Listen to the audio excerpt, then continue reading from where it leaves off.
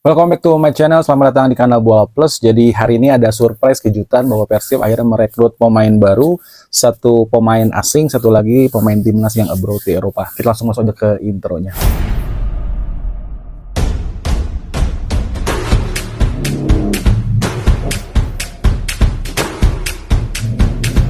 Ya, secara resmi Persib mengumumkan tambahan untuk skuad di musim ini, dua pemain setelah kemarin ada teasernya dari Persib Official dan juga kerjasama dengan TVRI Jabar atau Jawa Barat akhirnya launching atau meresmikan pukul setengah 4 ya, atau jam 4 sore bahwa pemain barunya ada nama Tom Hai dan juga Federico Barba. Cluenya sih sebelum juga pada saat teaser sudah disebutkan bahwa lewat logo bendera, ada bendera Italia, ada bendera Australia kalau nggak salah, bendera Indonesia dan bendera Belanda. Jadi publik sudah bertanya-tanya dan mulai mencari-cari sendiri. Cocokologi ditemukan bahwa pemain Belanda Indonesia kemungkinan adalah pemain timnas karena ini pastinya grade A dan juga nggak mungkin ngambil asal atau ngambil yang bukan punya nama dari Eropa sana. Terus satu nama ada Federico Barba, dia pemain asal Italia dan logo Italianya itu sudah sangat menjadi rumors di kalangan netizen ya. Jadi memang sebelumnya sudah ramai bahwa ada nama Federico Barba yang sebelumnya bermain di Como, terakhir ini mainnya di FC Sion di Liga Swiss kalau nggak salah. Posisinya gelandang bertahan, tapi dia bisa juga back tengah dan juga back kiri ya, yang fasih di sektor belakang. Satu nama yang sangat mengejutkan buat saya juga, mungkin buat teman-teman bobotoh supporter sepak bola terutama dari fans Persib, profil dari Tom Hai, karena pada saat terakhir sebelum teaser ini keluar, pengumuman pemain barunya, Bojan Hodak lagi-lagi ditanya oleh media setempat atau media lokal bahwa bagaimana dengan pemain baru, apakah ada nama seperti Tom Hai. Lalu Bojan menyebutkan dia tidak tahu nama Tom Hai dan yang dia tahu hanya akan kedatangan tambahan pemain baru, mungkin dia sedang dalam perjalanan dalam pesawat untuk menuju Indonesia. Dia tidak bilang iya juga, tapi lebih mempertanyakan. Ya ini nggak tahu apakah ini memang Bojan Hodak memang di luar planning dia atau memang ini surprise dari manajemen atau tim Persib sendiri untuk coach Bojan Hodak. Tapi kalau misalkan sampai nama pelatih ini tidak tahu coach Bojan Hodak mengenai pemain baru atau pemain tambahan, ya artinya ini bukan pilihan utama dari pelatih dari sekian banyak list yang disampaikan. Seperti yang pernah disampaikan juga di beberapa podcast lewat CEO Deputi yaitu Kang Adit, bahwa sebenarnya manajemen pun telah membuat tabel bank list pemain yang akan direkrut, kemudian dipilih, disortir sesuai dengan kepentingan atau rencana target di musim depan untuk Bojan Hodak. Profil yang sangat sesuai. Lalu setelah merucut beberapa pemain dari puluhan pemain itu, akhirnya ditambah mengerucut lagi, mungkin misalkan di satu sisi untuk back kiri mungkin muncul 2-3 nama sampai 4 di setiap pos. Begitupun posisi lainnya. Baru coach Bojan akhirnya memilih mungkin dua opsi pemain ini. Jadi bagaimana pada saat perekrutannya, bagaimana pada saat negosiasinya. Misalkan pemain yang A ini sangat diinginkan oleh coach Bojan, tapi pada saat negosiasinya mentok, misalkan permintaan yang di luar kontrak tidak bisa dituruti oleh Persib, akhirnya ya mau nggak mau akan kita lepas gitu, menurut Kang Adit ya. Jadi mungkin akhirnya tim B lah yang diambil oleh tim, seperti kejadian di saat musim lalu ya. Matteo Kocijan, meskipun dia adalah profil yang sangat sudah dinantikan oleh coach Bojan, tapi coach Bojan bilang ini memang plan B-nya, artinya memang bukan pemain utama, hanya datang sebagai pemain backup untuk mengisi kekosongan apabila di tengah terjadi banyak pemain absen atau akumulasi atau suspend atau cedera, panggilan timnas misalkan, dan juga mengisi kekosongan untuk pemain belakang yang banyak yang sudah berumur di atas kepala 30 gitu ya, kepala 3 maksudnya.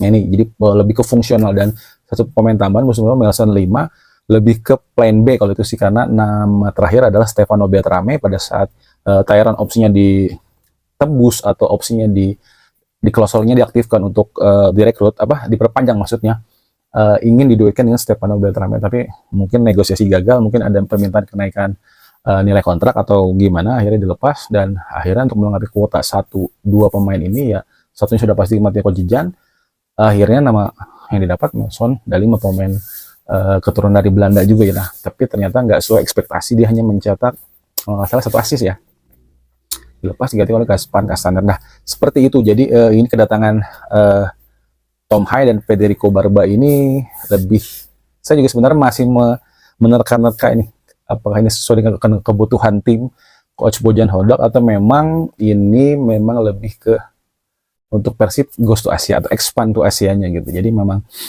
di saat permainan awal musim ini belum seperti yang kita inginkan gitu. Untuk skuad, saya yakin musim ini adalah skuad terbaik di era Bojan Hodak, di era pertama kali dia melatihnya di pekan keempat atau kelima ya, saat ditinggalkan oleh Luis Milla dan dilatih oleh Coach Jaya Sundarya satu match musim kemarin atau musim keduanya. Tidak banyak berubah, hanya menambal 1, 2, 3 pemain, dan musim ini benar-benar buat saya pemain asingnya nih super semua karena datang dari berbagai macam liga dan prestasi yang lumayan bagus, seperti siapa, William Barros yang kemarin gagal di sepakan 12 pas. Dia pemain cukup produktif juga meskipun rekan timnya atau rekan duetnya adalah top skor Liga Kuwait kalau nggak salah, Al Faisali klubnya. Terus juga siapa, Ramon Tanke juga, dia adalah, saya lupa dia top skornya atau runner up-nya Liga Kamboja. Dia barengan sama Andres Nieto yang main di Bayangkara FC. Jadi memang berarti kan lumayan produktif ya. Pemain lainnya Berguinho sudah tidak kita ragukan atau saksikan, dia adalah andalan di sayap Borneo FC. Juga tambahan seperti Luciano Goisoya, dia pemain andalan tim Perak dan dia kalau nggak salah kapten di sana juga.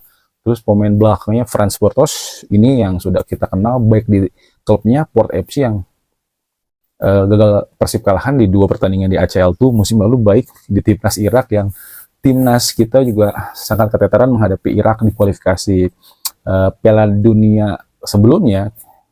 Kita dibantai 1-5 di Basra dan kalah 1-3, 1-2 ya di GBK. Nah, ini memang Franz Portos bukan nama yang asing, jadi memang sangat mumpuni, dan tambahan back tengahnya pun Matricardi dan Julio Cesar dengan ibaratnya twin towernya di lini belakang tidak bisa bantah lagi. Cuman mungkin yang bisa membunuh mereka adalah kemampuan adaptasi mereka, sejauh mana kekompakan, pengertian satu sama lain pada saat mengumpan, pada saat misalkan melakukan pergerakan change create gitu ya, yang menurut saya belum terlihat gitu. Jadi pada saat tesnya di Thailand yang tidak pernah kalah, kalau nggak salah terakhir pun menghadapi wakil dari Australia, Western City Wanderers, yang menurut saya memang permainannya tidak bagus juga, dan beruntung bisa menang lewat gol cantik dari William Marshall. Dan William Marshall kemarin mendapatkan kritikan tajam karena banyak semua berekspektasi kepada dia tapi tidak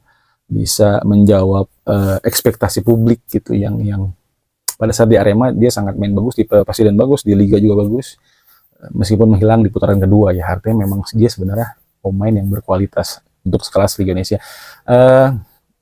Artinya kedatangan Tom Hai ini selain menambah pemain naturalisasi di Persib yang sekarang sudah ada nama Mark Locke, juga ada Federico Barba.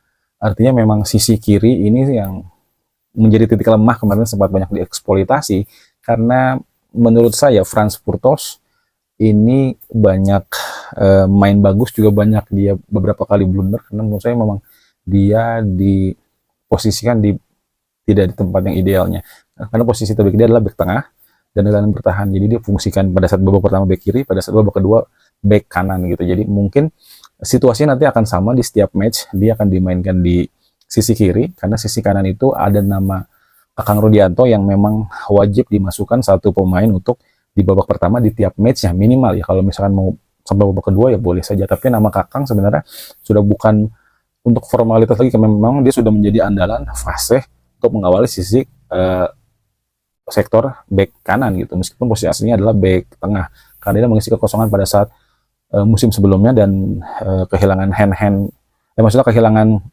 Putu Gede dan permainan hand-hand yang belum kembali seperti yang dulu pernah dia perlihatkan gitu, permainan belum kembali naik. Jadi Kakang sudah fase di posisi kanan. Jadi yang nanti akan saya lihat, karena sekarang kan formatnya 7 pemain asing, 3 pemain lokal, 1 pemain U23 gitu. Jadi untuk pemain lokalnya sudah pasti masuk kepada Mark Locke, terus biasanya Beckham, dan juga ada nama satu kiper terjam Paku Alam, dan satu pemain U23-nya adalah Kakang Rudianto. Kemarin sempat diganti oleh Haris Adil ya, karena Beckham absen, cedera gitu. Ya, berartinya ini dengan nambahnya pemain seperti Tom Hai, ini kan nggak mungkin dicadangkan ya, akan terus dimasukkan. Apakah dia akan berduet dengan Marco di tengah, seperti yang terakhir dimainkan oleh Coach Bojan. Biasanya Luciano Goycochea itu berduet dengan Marco, sang kapten, sebagai double pivot di lini tengah, sebagai penjembatan lini belakang dan lini tengah untuk melakukan chance create, menjemput bola juga sebagai penutup serangan pertama gitu. Jadi tapi kemarin dicoba untuk posisi playmaker Luciano Goycochea. Berarti kedatangan Tom Hai ini bukan berarti akan menyingkirkan salah satu nama antara Luciano Goycochea atau Mark Klok. Jadi mungkin akan dipakai 3 pemain ini gitu. Siapa? Luciano Goycochea akan berperan sebagai playmaker. Kalau memang dia akan dimainkan oleh Coach Bojan, tapi menurut saya Luciano Goycochea juga belum memperlihatkan permainan terbaiknya pada saat membela Perak FC di Liga Malaysia ya. Lebih banyak ke salah umpan, salah operan, passingnya nggak akurat, nggak presisi. Jadi lebih banyak.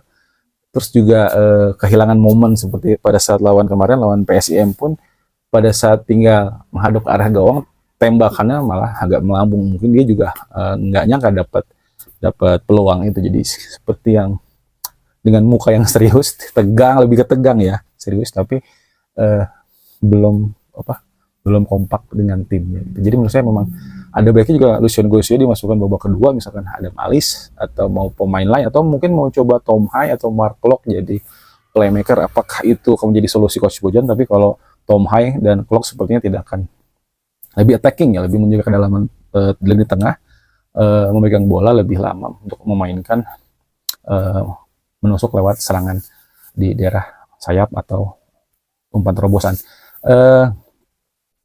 Dengan harga yang sangat mahal ini, bisa dipastikan Persib dengan market value kurang lebih 120 miliar ya, kalau nggak salah totalnya itu, sebagai kurs rupiahnya, bukan euro atau dolar, menjadikan Persib adalah klub nilai market value terbesar. Kalau nggak salah kedua itu Persija 95 juta, kalau nggak di bawah 100 ya, jadi Persib tetap yang teratas. Dan Tom Hai adalah pemain dengan bayaran termahal. Kalau nggak salah dia itu dapat bayaran 700 jutaan per bulannya, atau lebih dari 8 miliar ya setahun, atau lebih ya. Itu baru rumor yang tersedia, karena memang namanya official manajemen pun tidak ada yang mau membuka ya harganya atau transparansi transfernya ya, penilai kontraknya maksudnya. Jadi congrats Wilujeng Sumping untuk Tom Hai, sang profesor. Jadi Persib ini nanti setelah kemarin Mark Klok dan Beckham dipanggil ke timnas, ada satu nama yang berganti bendera dari Almere City Liga Belanda menjadi Persib Liga Indonesia. Jadi mudah-mudahan dengan kedatangan Tom Hai, permainan di tengah lebih rapih, lebih terorganisir, lebih bisa lama-lama pegang bola, tidak panik lagi, tidak terbebani oleh pressure serangan balik. Jadi lebih fokus, misalkan buat Mark Klok lebih ke holding, lebih ke menjaga juga lini tengah dari serangan pertama dari lawan gitu ya. Dan satu nama saat lagi tadi sudah saya sebutkan, Federico Barba. Ini saya lupa ingat karena sebelumnya juga kalau nggak salah dia juga pernah main di tim, kalau nggak salah ya, kalau salah koreksi, Sassuolo atau Empoli gitu, saya pernah lihat. Tapi ternyata terakhir itu dia mainnya di FC Como ya. Ada keterkaitan juga dengan Indonesia gitu kan, demikian pemilik dari orang Indonesia gitu, Kartono bersaudara. Jadi Federico Barba ini diproyeksikan untuk mengisi lini back kiri, dan dia juga versatile juga. Dia bisa main di back tengah. Artinya Bojan ini mencari pemain yang banyak versatile, jadi banyak bisa difungsikan. Kecuali memang back tengah ya, back tengah itu Patricio Marticardo dan juga Dio Cesar, dia pakem di back tengah aja gitu. Sedangkan pemain lainnya seperti tadi Kakang back tengah bisa back kanan, terus juga Futros back tengah dan gelandang bertahan bisa kanan bisa kiri. Begitu juga pemain baru seperti Dewangga juga dia bisa back tengah, back kiri maupun gelandang bertahan. Hamra Hehanusa back tengah, back kiri juga. Jadi emang fleksibilitas gitu. Jadi ini Persib sangat serius untuk menatap kompetisi Asia di saat permainan yang belum padu ini, ya berharap sebenarnya ini tidak berpengaruh signifikan juga ya, maksudnya kan ada tambahan atau tidaknya pemain baru ini, tetap Persib tetap harus memperbaiki semua hal-hal dasar yang belum klik di antara pemain atau pemain itu sendiri secara keseluruhan, membaca taktikal dari Coach Bojan. Maunya Coach Bojan apa, misalkan selalu bermain dengan counter attack, dengan press, dengan memegang bola lebih lama gitu, dengan positioning yang akurat gitu. Jadi nggak cuma sekedar umpan, nggak sekedar cuma lari, nggak sekedar cuma membuka ruang aja gitu. Jadi apalagi nanti main di Liga Champions, meskipun level keduanya, karena lawannya ini adalah lawan-lawan dari tim sesama ASEAN, ada Bangkok United, terus Selangor FC, dan juga dari bakal dari Thailand ya, Leon, maksudnya dari Singapura, Leon City Sailor. Nah ini berarti artinya Persib harus menggenjot 3 kali lebih dari persiapan musim lalu gitu. Jadi secara squad sudah bisa bersaing, tapi dengan permainan ini yang hanya waktu yang akan menunggu. Dan satu lagi pemain yang kemarin sempat dirumorkan juga, jadi ada nama satu top skor Liga Denmark musim lalu kalau nggak salah, Mortensen kalau nggak salah, tapi saya juga kurang familiar, tapi umurnya sudah berusia veteran 35-30 tahun, lebih posisi penyerang, tapi saya agak ragu karena di depan itu sudah numpuk ya. William Barros pemain sayap, belakangan dipasang terus reguler di striker murni atau tengah, sedangkan striker utama Ramon Tanke yang bermasalah dari kebugarannya karena sempat cedera, belum dipercaya masuk sebagai starting lineup yang reguler. Ditambah ada isu ini, apakah nanti akan menumpukan pemain atau penyerang di depan gitu, sedangkan pemain lokal sendiri di Mas Derajat yang belum kembali fit lagi karena cedera lagi, main cedera lagi gitu, nggak seperti pada saat dia memainkan perannya di Persikabo ya, menjadi top skor juga, dipanggil timnas terus, jadi andalan timnas versi lokalnya gitu, bersaing dengan Sananta dan mungkin Hoki Caraka gitu ya. Nah, jadi agak ragu sih kalau mendatangkan pemain itu, Mortensen, dan juga ada satu dari Liga Australia kalau nggak salah. Tapi ya well sih ya, karena Persib total berarti sekarang sudah punya 10 pemain asing. Apakah akan melengkapi 11 pemain asing atau tidak, karena kedatangan Tom Hai sudah, menurut saya sudah mewah sekali klub Persib ini gitu ya. Jadi cuma ada satu nama yang banyak dirumorkan oleh media luar sebelumnya, ada nama Eliano Reinders. Ini adalah adik dari Tijani Reinders, pemain Manchester City, dan yang Thailand, dan dia pemain timnas juga yang baru bergabung belakangan, beberapa bulan ke belakang. Dia posisinya adalah gelandang kanan, dan dia bisa jadi fullback kanan dan juga bisa jadi wing kanan. Ini versatile lagi, yang pemain yang sangat disukai oleh Coach Bojan Hodak karena versatile. Tapi secara permainan apakah cocok atau tidak, nah ini saya nggak bisa menjawab langsung, karena sebenarnya Liga Indonesia itu Coach Bojan sudah mengerti lebih banyak kontak fisik, lebih ke hantam hajar, jadi nggak punya kreasi untuk membawa bola, menggiring bola. Passion sepak bolanya tuh tidak diperlihatkan, jadi keras, jadi fisik terus, lari. Jadi itu yang awalnya memang saya juga agak meragukan untuk mau direkrut dari Persib, bukan karena disayangkan untuk pemain sekelas dia gitu, harusnya tetap di Eropa, tapi memang Persib sendiri mengfilosofikan memang selalu bermain keras gitu, apalagi ditambah berarti oleh Coach Bojan Hodak. Kayaknya kemarin saya pikir kayaknya nggak cocok deh dengan permainan Bojan Hodak gitu. Tapi memang kalau sudah masuk ke ranah taktikal, mungkin ya sudah punya ancang-ancang nanti Tom Hai itu harus gimana gitu. Karena seorang Mark Prok aja dulu waktu main di PSM kan lebih ke ini ya, seperti Ezra gitu, lebih ke memperlihatkan skillnya. Pindah ke Persija dia lebih ke attacking, banyak sering cetak gol. Pada di Persib juga awal-awal masih aktif, produktif dalam asim, cetak gol. Lama-kelamaan sedikit berkurang golnya, asis agak banyak, tapi makin kesini makin habis, makin sedikit, karena memang dia berubah alih fungsi, jadi seperti breaker lagi, bukan seperti holding midfielder yang bisa menjaga kedalaman permainan lini tengah. Dia lebih ke menjemput bola, jadi orang terakhir yang mengawal pertahanan gitu, seperti yang dilakukan oleh Deddy Kusnandar.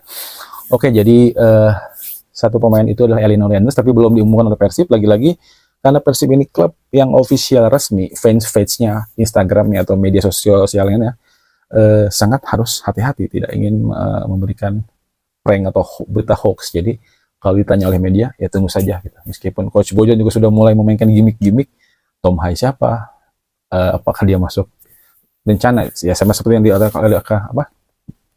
Elino Leanders. Jadi selalu menjawab tidak tahu gitu, tidak ada obrolan dengan manajemen. Tapi kalau memang ini resmi, artinya ya pemain abroad semua mampir ke Liga Indonesia tercinta ini, meskipun banyak yang belum puas dengan kinerja perangkat pertandingan, operator liga maupun secara keseluruhan wasit jadi kambing hitam terus. Ya semoga ada perubahan dengan masuk ke beberapa pemain abroad atau pemain timnas yang bermain di Eropa sana, mampir ke Liga Indonesia.